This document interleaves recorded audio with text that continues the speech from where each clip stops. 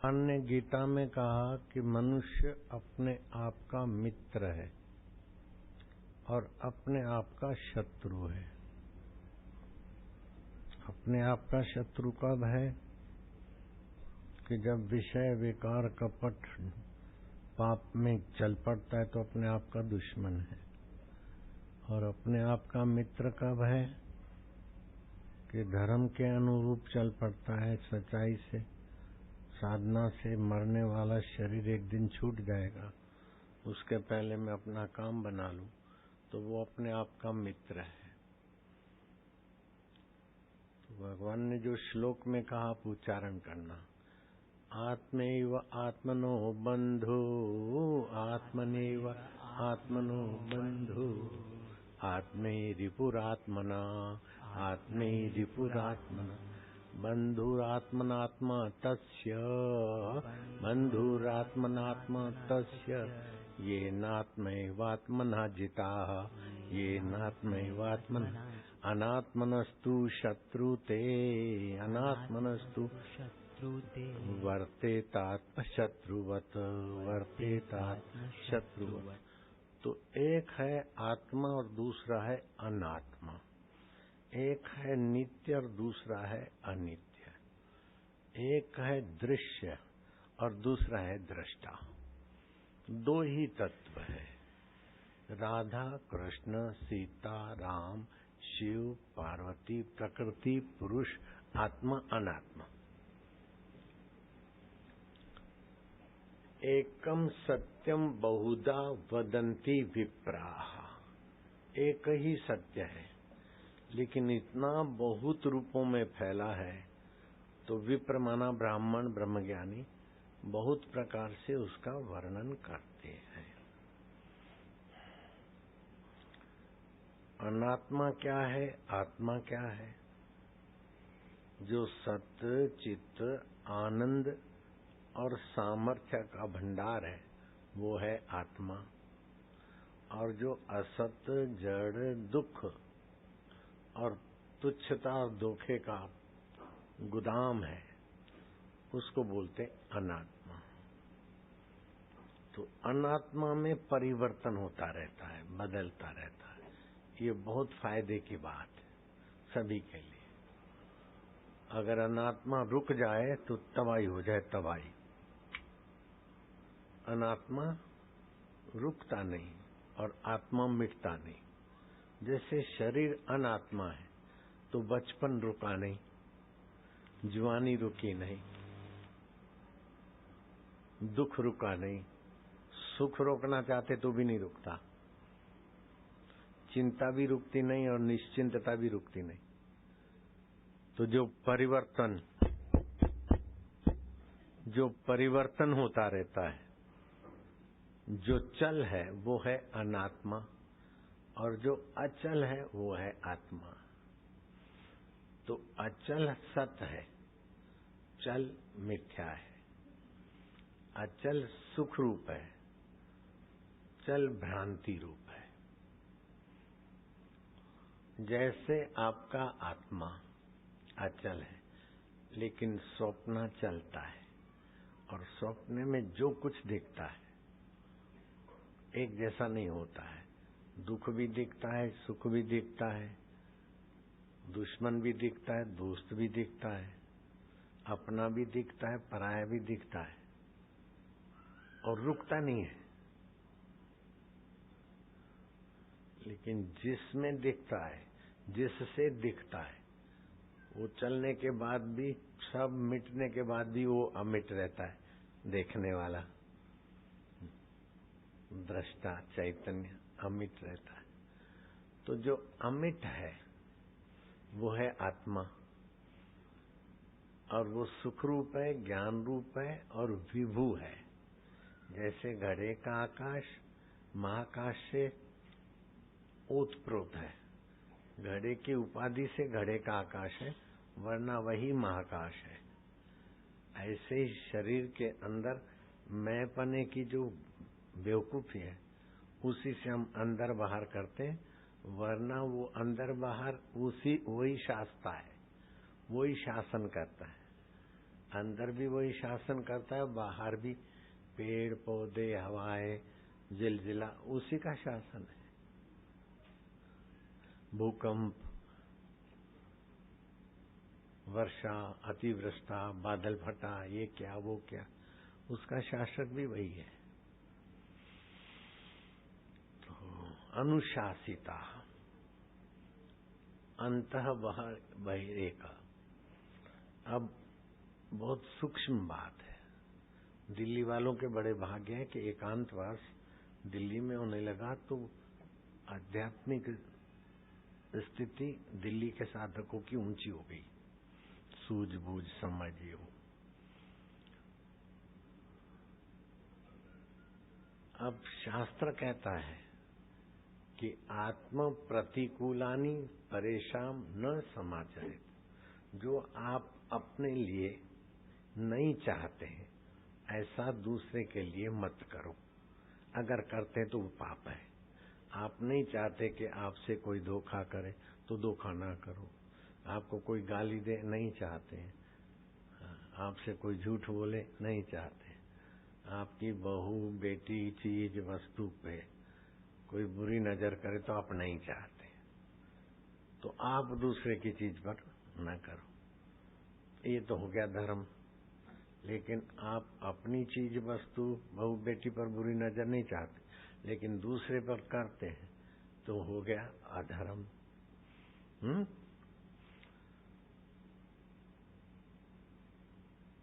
तो अधर्म क्यों होता है? जानते हैं कि है तो अधर्म, लेकिन फिर भी कर लेते हैं। क्यों कर लेते हैं? भाई सत्य बोलना धर्म है, असत्य बोलना अधर्म है, लेकिन फिर भी असत्य बोल लेते हैं। क्यों? कि सुख की वासना है, दिखावटी फायदे का महत्व है। धर्म में रहेंगे तो जब फायदा होगा शाश्वत, लेकिन अधर्म करेंगे तो अभी फायदा हो रहा है, 50,000 का, लाख का, 2 लाख का, चलो जरा 50 करोड़ का फायदा हो रहा है, थोड़ा ये कर लेंगे वो कर लेंगे। तो एक तरफ होता है सत्य का विवेक, ये उचित है और ये अनुचित है, एक तरफ विवेक होता है। दूसरे तरफ होती है वासना। जानते हैं कि दारू पीना अच्छा नहीं है, ये है विवेक, लेकिन फिर भी पी लेते, वासना है। अनुचित करना अधर्म है, भविष्य में दुख देगा, लेकिन अभी आकर्षण है वो कर लेते हैं। तो ये द्वंद्व चलता रहता है। वासना इंद्रियों को खींचती है, इंद्रियां मन को खींचती है, मन बुद्धि को खींचता है और जीव दवाई के रास्ते जाता है। जैसे पतंगिया, ये भी कभी मनुष्य थे, लेकिन देखा किसी का सौंदर्य और लपक पड़े, तो सुंदरता की आदत बनते बनते कीट पतंग हो गए। अब इन मूर्खों को पता ही नहीं कि कई जल जल के मर रहे हैं, ट्रैफिक में दब के मर रहे हैं। देखते हैं अपने जाति वालों की दुर्दशा, फिर भी चले जाते हैं, क्योंकि बुद्धि तुच्छ हो गई। तो जब अनात्मा के तरफ जाते हैं, वासना को महत्व देते हैं, तो विवेक दब जाता है। फिर चाहे 100 जूता खाए, तमाशा घुस के देखेंगे, और तमाशा यही है कि परेशान होकर मर रहे हैं और नीच योनि में जा रहे हैं। तो अब क्या करें कि ईश्वर की बड़ी कृपा हुई कि शास्त्र और संत मिल गए। तो इससे बुद्धि में विवेक बढ़ाते जाओ। विवेक बढ़ने से अनात्मा के तरफ से वैराग्य होगा, छल कपट कम हो जाएगा। अभी भले घाटा लगता है, लेकिन भविष्य उज्जवल होगा। हुंगली जिले देरे गांव, कलकत्ता के नजीक। खुदीराम छोटा सा जमींदार, बुझो, उसको किसी बड़े जमींदार ने कहा कि खुदीराम, राजा तुम्हारी बात मानेगा, मैं रामानंद राय हूँ। राजा के मंत्री, एसपी, एसएसपी, आईजी, डीआईजी, मंत्री सब मेरे यहाँ पेग पीते। मैं दिन को रात, रात को दिन करवा दूं, लेकिन एक जगह मेरी जमीन जायदाद किसी की मैंने गिरवे रखी थी, दिए थे मैंने कुछ पैसे, लेकिन मैंने 1-2 मिंडी बढ़ा दी। अब तू गवाही देना कि मेरे सामने पैसे मिले। तेरे को बोलना है हाँ मेरे सामने इसने पैसे लिए, मालपानी ने पैसे लिए थे, तुमने देखे थे? जी हाँ हमने लिए थे, इन्होंने लिए थे, हमने देखे। इतना ही बोलना है, बाकी का मेरा सब सेटिंग है। रामानंद राय इतना दबंग आदमी था कि उसकी बात कोई इनकार करे तो समझो उसका जीना हुंगली जिले में संभव नहीं। तो खुदीराम ने कहा मेरे सामने पैसे तो उसने लिए नहीं, मुझे देनी पड़ेगी झूठी गवाही। झूठी गवाही देना अधर्म है। धर्म अधर्म किसको उपदेश देता है? रामानंद राय तुझे बोल रहा है, कल तुझे आना होगा और गवाही देनी होगी। उसने कहा मुझे नहीं आना है। तुझे पता है इतना मुंह लगने का फल क्या होगा? बोले मुझे पता है, मुझे हुंगली जिले में रहना भारी पड़ जाएगा। मेरी सारी जमीन जायदाद आपके भूमाफिया लोग हड़प कर लेंगे, मेरे बाल बच्चों को किडनैप कर लेंगे, लेकिन वो इधर का दुख सह लूंगा। मरने के बाद इस वाणी का दुरुपयोग करने का गूंगा प्राणी तो नहीं बनूंगा ना। झूठ बोलने का फल जो है, और ऐसी योनियां जो बोल नहीं पाते जीव बेचारे, देख लिया जाएगा। ये 1814 की घटित घटना है। महाराज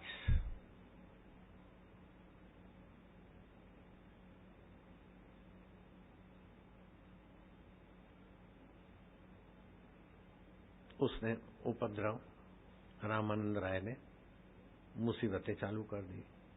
झूठे कैसे वो जो कुछ क्रिमिनल आदमी कर सकता है कि सता सकता। खुदीराम को अपनी जमीन जायदाद मकान छोड़ के रातों रात परिवार को ले जाकर जान बचाकर ससुराल की तरफ निकल जाना पड़ा। बाहर से तो बड़ा घाटा हुआ उसको, जरा सा झूठ बोल देता बस।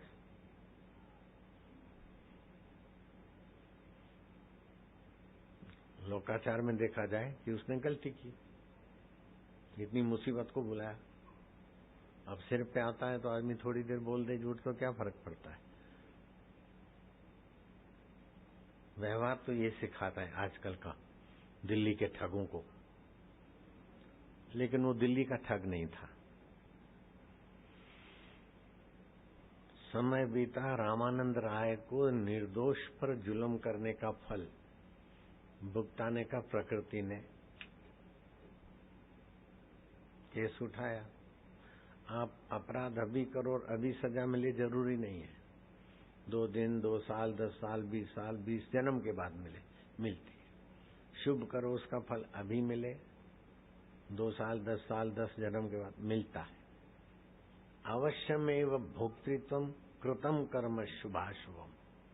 धृतराष्ट्र ने कहा बाप जिंदा और 100 के 100 बेटे मर गए, मुझे कितनी पीड़ा होती। ऐसा तो मेरा क्या पाप है कि अगले जन्म में तुमने 100 पक्षियों के बच्चों का कीमा खाया था, टेस्टी। अब अगले जन्म का भुगत रहे, अभी उसे नहीं खाते। मैं आप भी एक व्यक्ति को पहचानते हो, वो बड़ा प्रसिद्ध व्यक्ति, मैं भी पहचानता हूं, आप भी पहचान, बड़ा भारी प्रसिद्ध व्यक्ति, उसको झींगा खाने का शौक, तो झींगे तड़फ के मरते। अब वो व्यक्ति बेचारा तड़फ रहा है लेकिन मरता नहीं है, क्योंकि झींगे की आयुष्य छोटी थी तो थोड़ी देर तड़पा, उसकी आयुष्य बढ़ी है तो ज्यादा देर, कई झींगों को तड़फाया, तो सारी तड़फन है अब वो चल नहीं सकता, बहुत प्रसिद्ध आदमी, बहुत लोग उसको जानते हैं, करोड़ 2 करोड़ 5 करोड़ नहीं, हिंदुस्तान के लोग भी जानते हैं उसको और विश्व के लोग भी जानते हैं उसको। ऐसा आदमी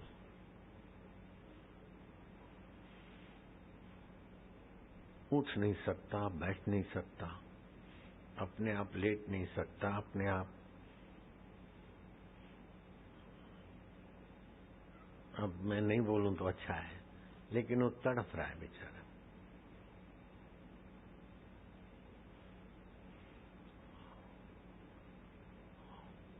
और उसके पास में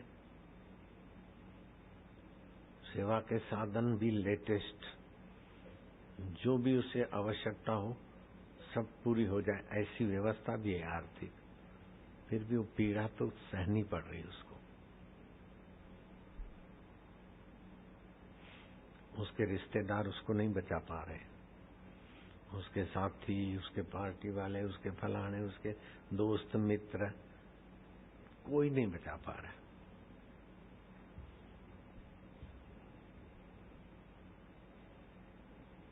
जानते हो, जानते हो, कुछ कुछ लोग जानते।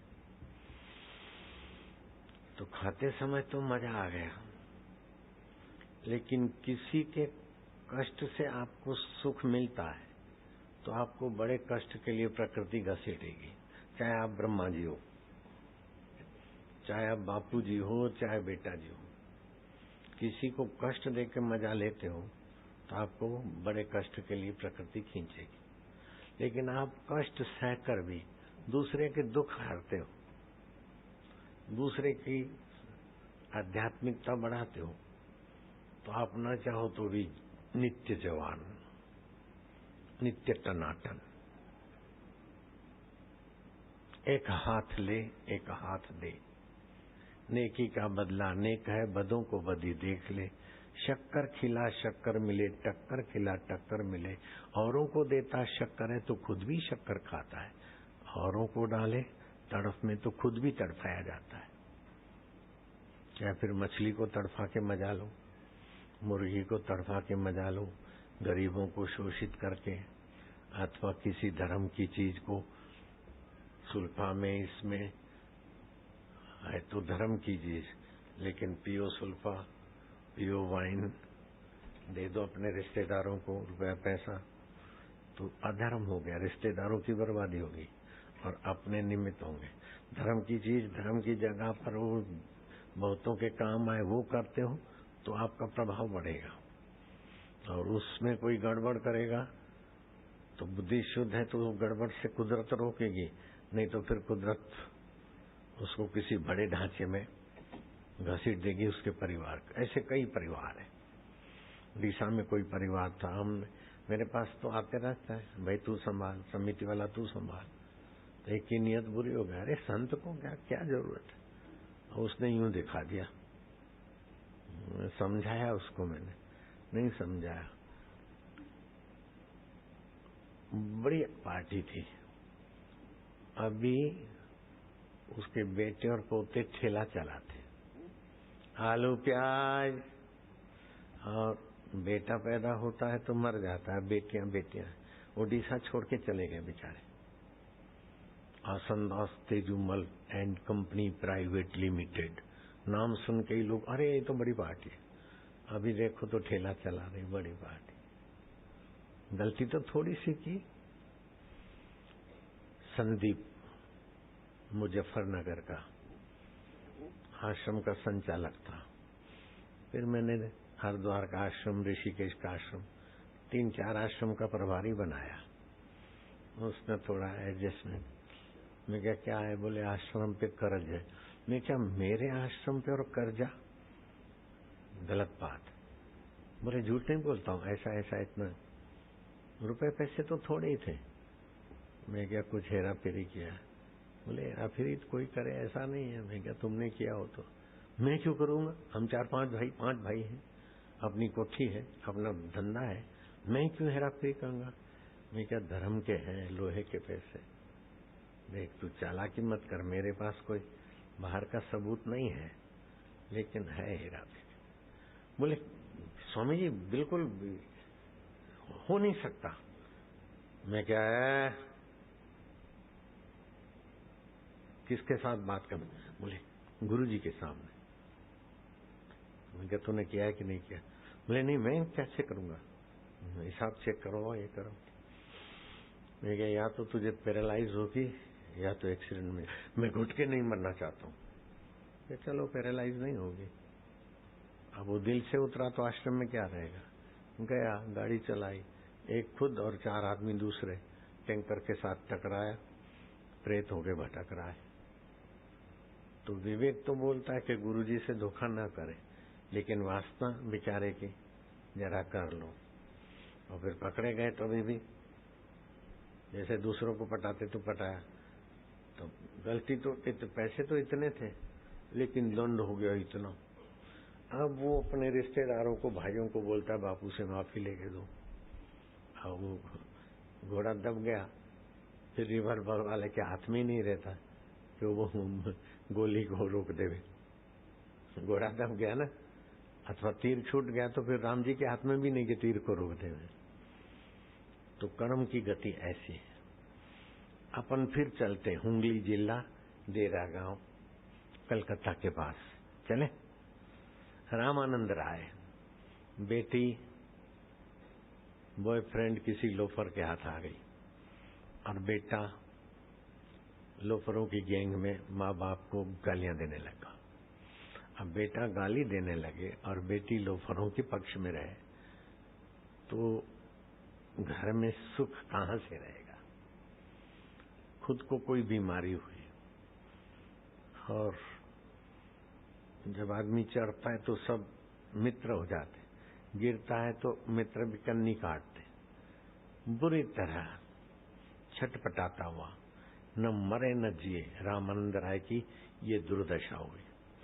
और खुदीराम सताया गया था, लेकिन खुदीराम के घर में 17, ये घटना है 1814 की, और फिर घटना का चमत्कार हुआ 17/2/1836 खुदीराम के घर रामकृष्ण परमहंस का जन्म हुआ है। दुख तो सहा, लेकिन बदले में खुदीराम को पता ही नहीं कि आशाराम बापू मेरी कथा कहेंगे और दिल्ली वालों तालियां बजाएंगे। लेकिन धर्म पे टिका रहा, यतो धर्म ततो जय।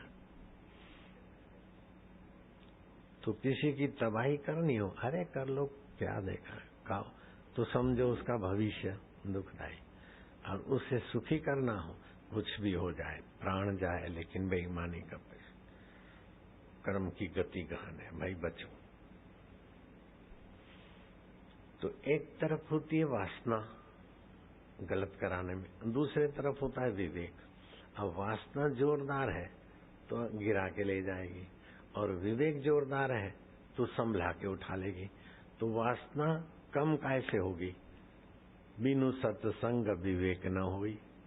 सत्संग के बिना विवेक नहीं होता, विवेक के बिना वैराग्य नहीं होगा, वासना नियंत्रित नहीं होगी।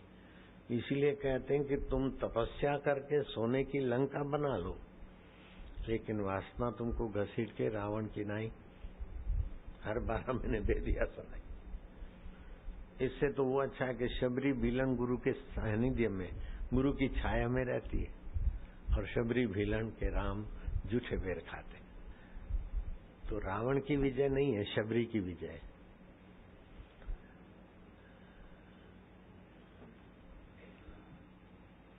विक्रम राणा की विजय नहीं है, मीरा की विजय है। हिरण्याकश्यपु की विजय नहीं है, प्रहलाद की विजय है। रावण की विजय नहीं है, विभीषण की विजय है।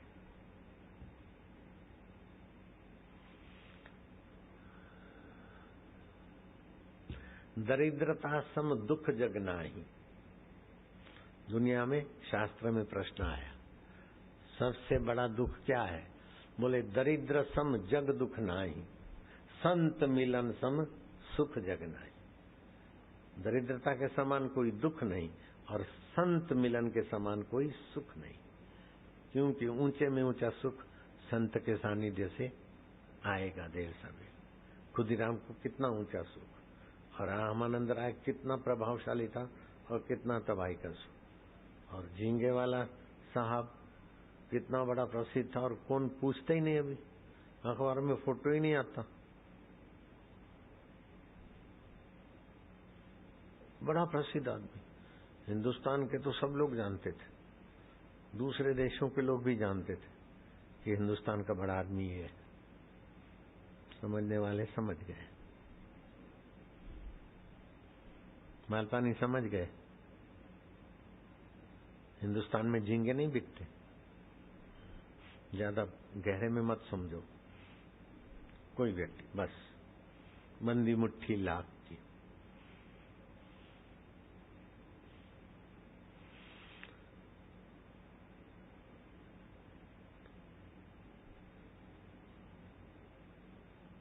दरिद्रता सम दुख जग नाही, संत मिलन सम सुख जग नाही।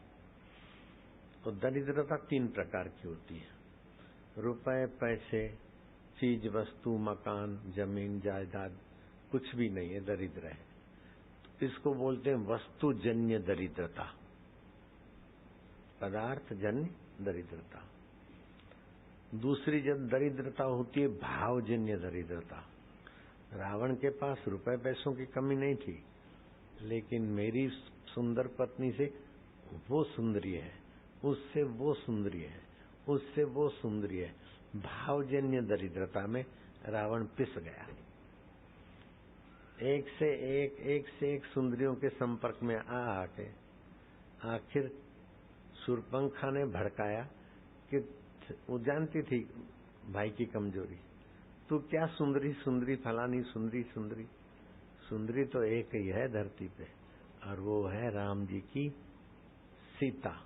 उसके बिना तेरा लंका सोने का होते हुए भी कुरूप हो, मैं उसको लाके रहूंगा। और लाके रावण ने क्या करके दिखा दिया, तो ये भावजन्य दरिद्रता थी। और विभीषण में थी ज्ञानजन्य दरिद्रता। मैं राक्षस कुल का हूं, रावण का भाई हूं, श्री राम जी के पास जाने में फायदा है, लेकिन राम जी मुझे शत्रु का भाई समझकर बंदी बना देंगे, ऐसा होगा।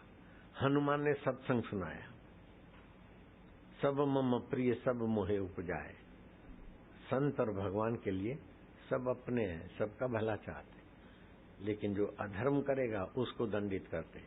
बाकी रावण का भी बुरा नहीं चाहते, लेकिन रावण खुद के लिए बुरे कर्म करके राम जी को दुश्मन बना रहा है।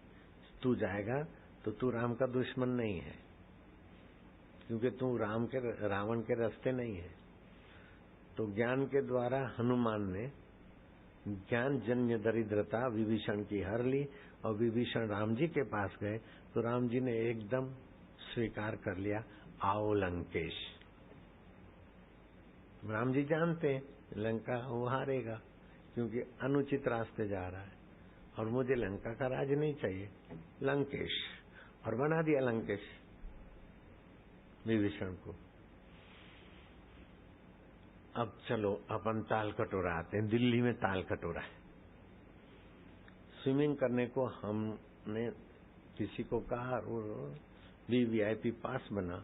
जब भी बापू को जाना हो तो जरा फोन सेवक कर लेते थे, फिर वहां से फोन आता कि सब ओके है, साफ सफाई ये वो, इस समय इतने से इस समय में। तो मैं स्विमिंग पूल में जंप मारूं उसके पहले शावर लेना चाहिए, नियम है। तो अपन भी पालो।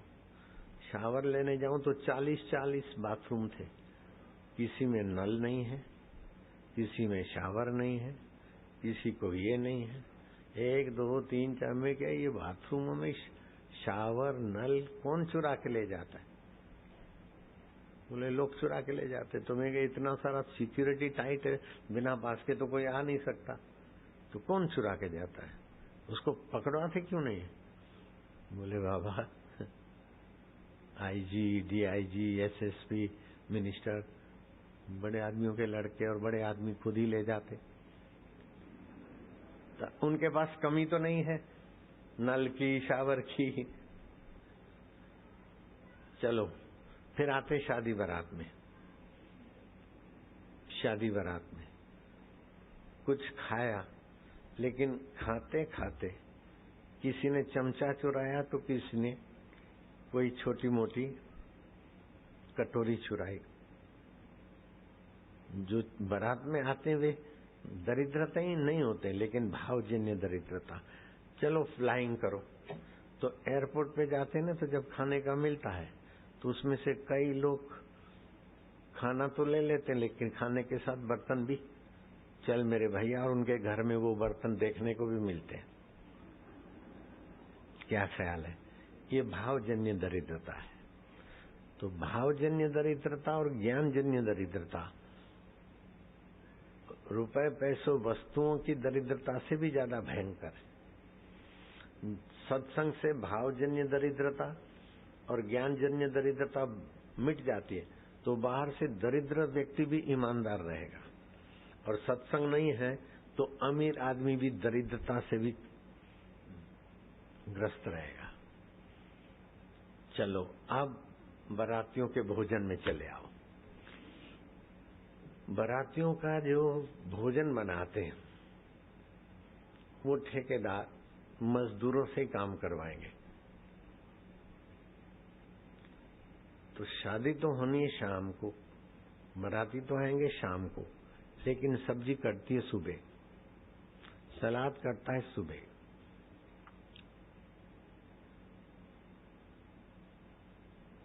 रुक जा हो जाने वाले, रुक जा थोड़ा सा 2 मिनट। सब है राही तेरे मंजिल का, नजरों में तू बुरा सही, आदमी बुरा नहीं है दिल का।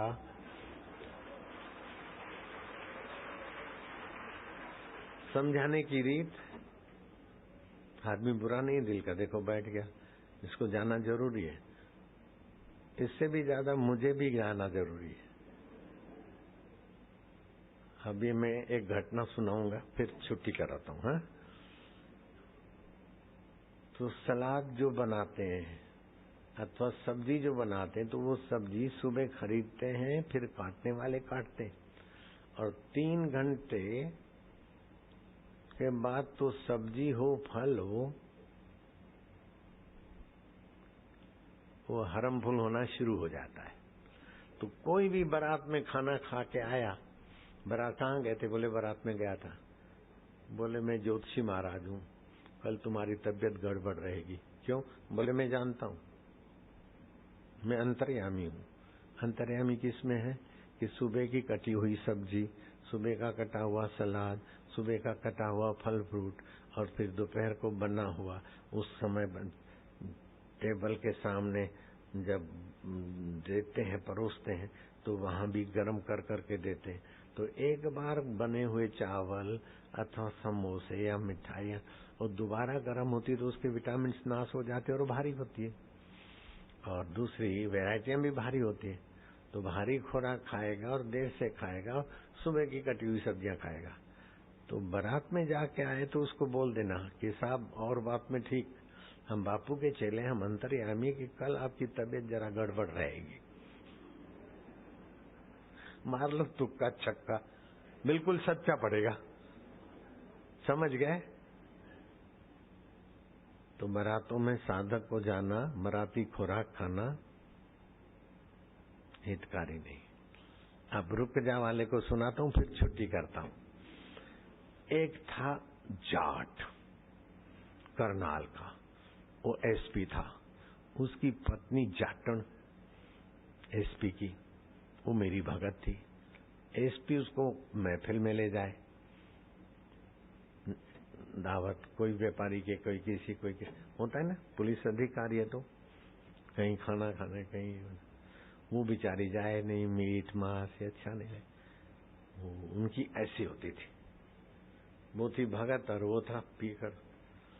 बाबा मैं तो मर गई, अब आप कुछ करो, अभी भी मैं छुप के आई हूँ। चोरों की नहीं है, वो एसपी साहब को पता नहीं है, नहीं तो मारता है। मुझे आशीर्वाद करो, मैं जो पढ़ाई कर रही हूँ मैं पास हो जाऊं। मैं क्या, चलो भगवान करे। वो बन गई जज,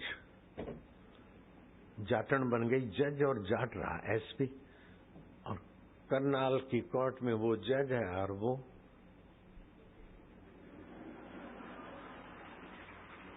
मेरी चेली बन गई जज और जाट एसपी रहा। अब जज बनने के बाद तो उसका रुतबा बढ़ गया, बैग तैयार करने लगी। तो एसपी ने पूछा कि कहाँ जा रही हो? बोले अब कहीं भी जाएं, छुट्टी है 3 दिन की, लेकिन कहाँ जा रही हो? पहले का रुबाब तो चला गया साहब का, हाथ उठाता तो वो तो जज बनने के बाद सब खत्म हो गया, अपने पैर पे खड़ी हो गई। बोले मैं अहमदाबाद मोटेरा जा रही हूँ। तो उसने कहा रुक जाओ मैं भी चलता हूँ। तो दोनों आए तो मोटेरा में भी ऐसी कैबिन है अहमदाबाद में। वो आई, बापूजी वो एसपी आया है। मैं क्या, कौन? बोले वही। मैं क्या है, एसपी जाट जो खड़ा हो जाए। खड़ा हो गया। मैं क्या, इधर आओ। वो इधर खड़ी रही। मैं क्या, वहां से चल और बोलो रुक जा रुक जा रुक जा हो जाने वाली। मैंने भी हरियाणी टोन में चुटकी ली, रुक जा हो जाने वाली रुक जा, मैं हूँ राही तेरे मंजिल का, नजरों में तेरी में बुरा सही। पीटता था तो नजरों में बुरा सही, आदमी बुरा नहीं हूँ दिल का। इतनी अच्छी क्लास ली मैंने कि उसको भी मजा आया, और जाट को पता ही नहीं चला कि इतने लोगों के बीच मेरी पिक्चर उतर रही।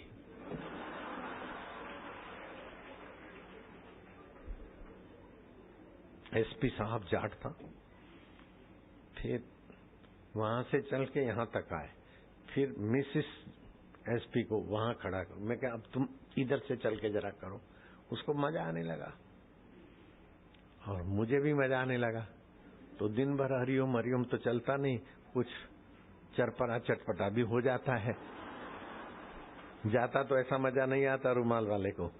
रुक जा हो जाने वाले रुक जा, ये है राही तेरे मंजिल का, नजरों में तेरी हम बुरे सही, आदमी बुरे नहीं दिल के। ठीक है, मजा आ गया ना? जा भाग जा। बहुत धार्मिक लोगों से ज्यादा फायदे में। तुम्हारे दिल्ली समिति के कुछ लोग, मेरा सिर खपा गया, बापूजी बद्रीनाथ में, बापूजी बद्री खर्चा हम ही कर लेंगे, 1-2 आदमी कर लेंगे बद्रीनाथ में।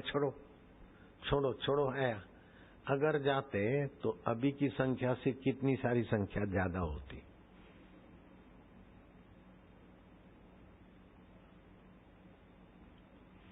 बद्रीनाथ में मैं कार्यक्रम देता, हरिद्वार के कार्यक्रम के 15 दिन महीने बाद बद्रीनाथ देता, तो आप समझो केवल दिल्ली वाले नहीं होते, गुजरात वाले, देश वाले भी होते। छोड़ो मत। उसका मतलब ये भी नहीं है कि मेरे को पता था ऐसा होने वाला, ऐसा भी नहीं। लेकिन अंदर से इनकार आया तो इनकार कर दिया फटाक से। हाँ आती तो हम जाते, लेकिन वो चाहता ही नहीं। हाँ करा दे और हमारे साधक बिस्मिल्लाह हो जाए।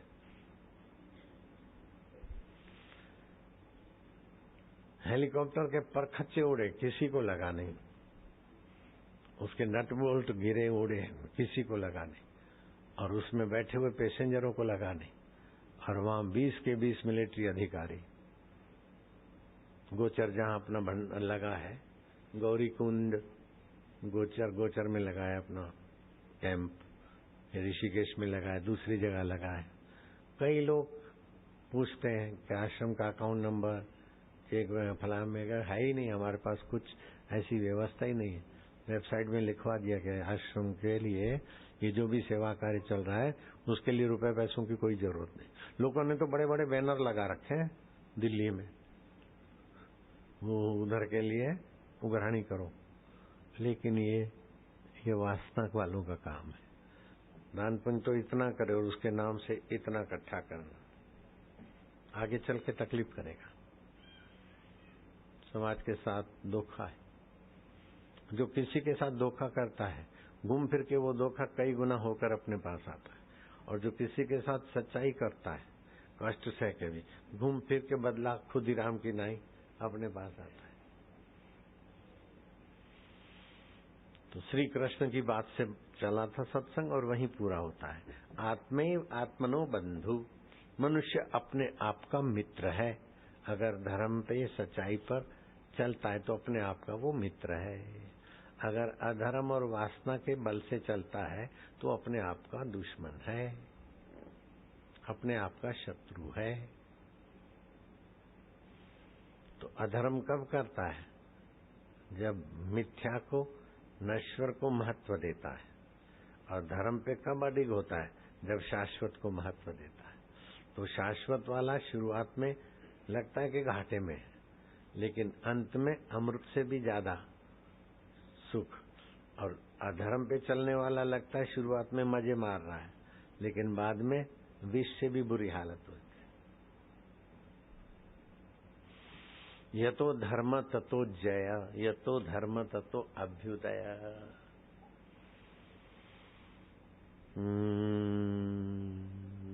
जो 6 बजे के हितकारी खुराक में अदरक, लहसुन, नींबू, पुदीना, हरा धनिया, सौंठ, अजवाइन, मेथी, जीरा, हिंग, काली मिर्च, भिंडी, परवल, तुरई, सरगवा की सींगे वायुनाशक होती है।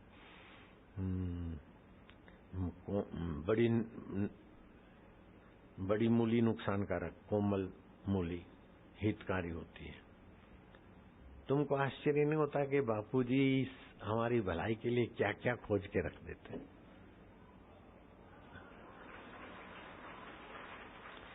खबर अभी और भी है बिना ब्रेक के। शलगम, देशी आम, जो खीरा, गाय का दूध, घी, तिल तेल, सरसों तेल, द्राक्ष, किशमिश, ताजी छाछ, काली मिर्च, सेंधा नमक पड़ी हुई छाछ, पुदीना डालकर दोपहर को भोजन के बाद छाछ पीना हितकारी है। हल्का फुल्का उपवास हितकारी है। भोजन के बीच गुनगुना पानी पीना हितकारी है। उपटन करके मल के, आज मैंने उपटन से स्नान किया है, उपटन का स्नान हितकारी है। तेल मालिश हितकारी है। और भारी तले हुए तीखे पदार्थ, सूखा मेवा, बादाम, काजू, किशमिश, चरौदी भूल कर भी नहीं खाना। ताजा अनाज नहीं, पुराना अनाज, मटर, राजमा, अरहर दुश्मन को भी नहीं खिलाना, बीमारी होगी। और शादी बारात का खुराक तौबा करो। समझ गए?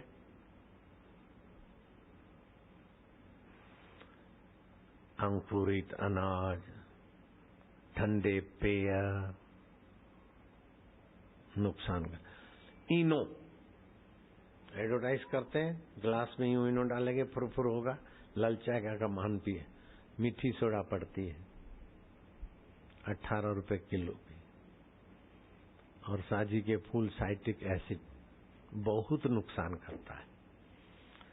42 रुपए किलो की चीज वो 900 रुपए किलो बेचते हैं।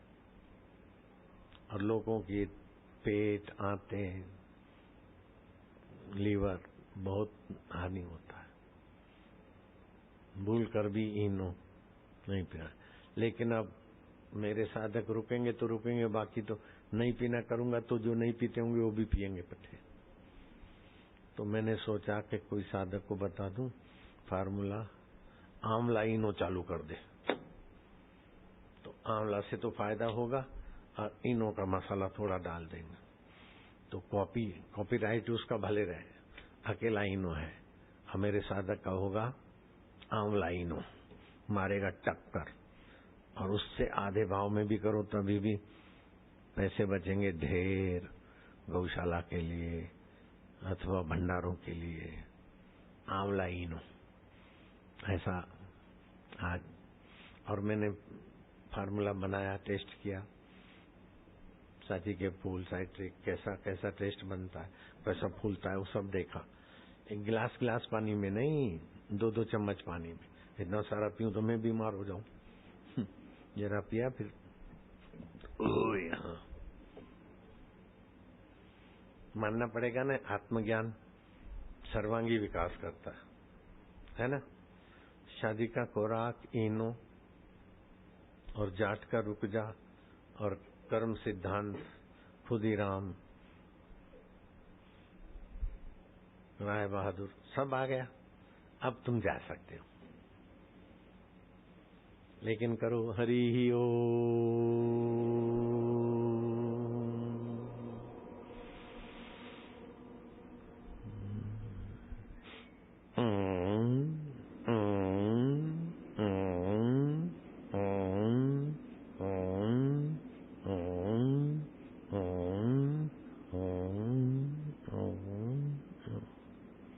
फिर से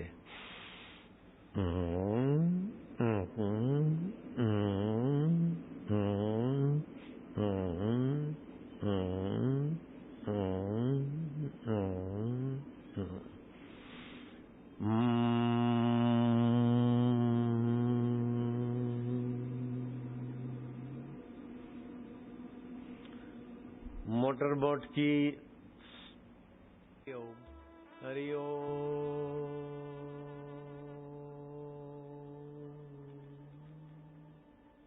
हरि ओम। बाहर की बत्ती ऐसा करके रात को सोना चाहिए, तो प्रभु में विश्रांति मिलेगी।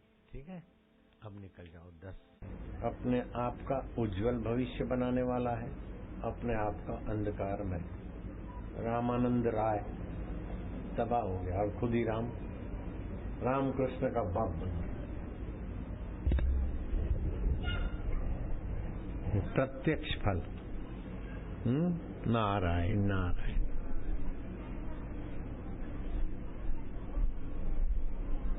मेरे पिताजी साधु संत और गुरु की सेवा करते थे, तो उनके घर मेरा जन्म हुआ। और मेरे 2 चाचा थे, उनका कुछ अलग जिंदगी थी, छोरे भी ऐसे ही थे, और उनके छोरों के छोरे भी ऐसे, और मेरा छोरा छोरी भी दबंग है, चाहे कहीं लताड़ के फेंक दूं पूजे जाते। कितना भी लताड़ता रहता हूं, मजबूत होते रहते हैं। नारायण हरि हरि ओम हरि।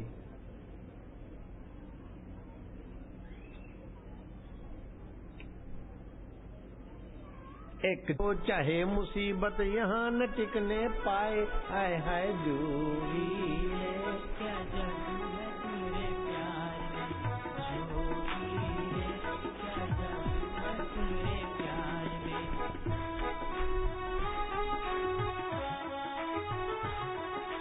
तुम मेरी हिम्मत, तुम मेरी ताकत, तुम मेरी हिम्मत, तुम मेरी ताकत, तुमसे डरती हर आफत, तुमसे डरती हर आफत। बिगड़ी तू सब की बनाए ओ जोगी, बिगड़ी तू सब की बनाए मेरे जोगी, जोगी रे क्या जादू है तुमरे प्यार में, जोगी रे क्या जादू है तुमरे जोग में।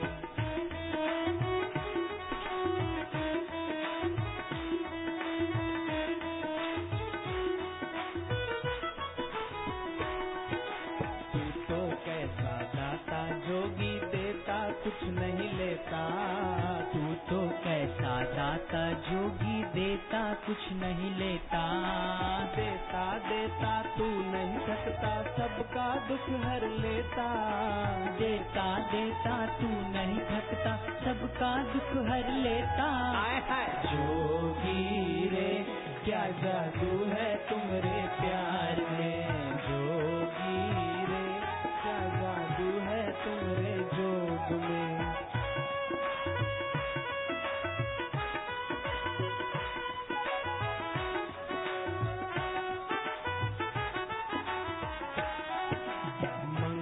मंगलकारी घड़ियां होती मिले जो दर्शन इनका। मंगलकारी घड़ियां होती मिले जो दर्शन इनका। भाग्य के ताले खुल जाते हैं सुने जो सत्संग इनका। भाग्य के ताले खुल जाते हैं सुने जो सत्संग इनका। जोगी रे क्या जादू है तुम्हारे प्यार में। जोगी रे क्या जादू है तुम्हारे जोग में।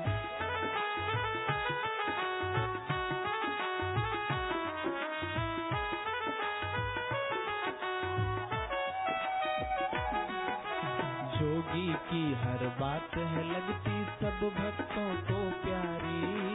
जोगी की हर बात है लगती सब भक्तों को प्यारी।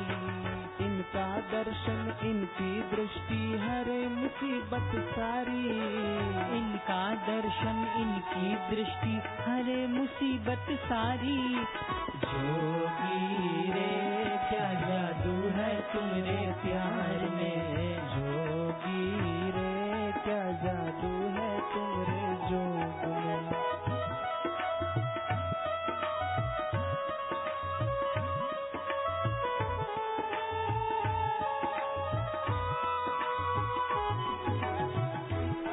तेरा प्यार खींच के लाया, तेरा प्यार खींच के लाया। कैसा जादू चलाया, तूने कैसा जादू चलाया। दुख चिंता को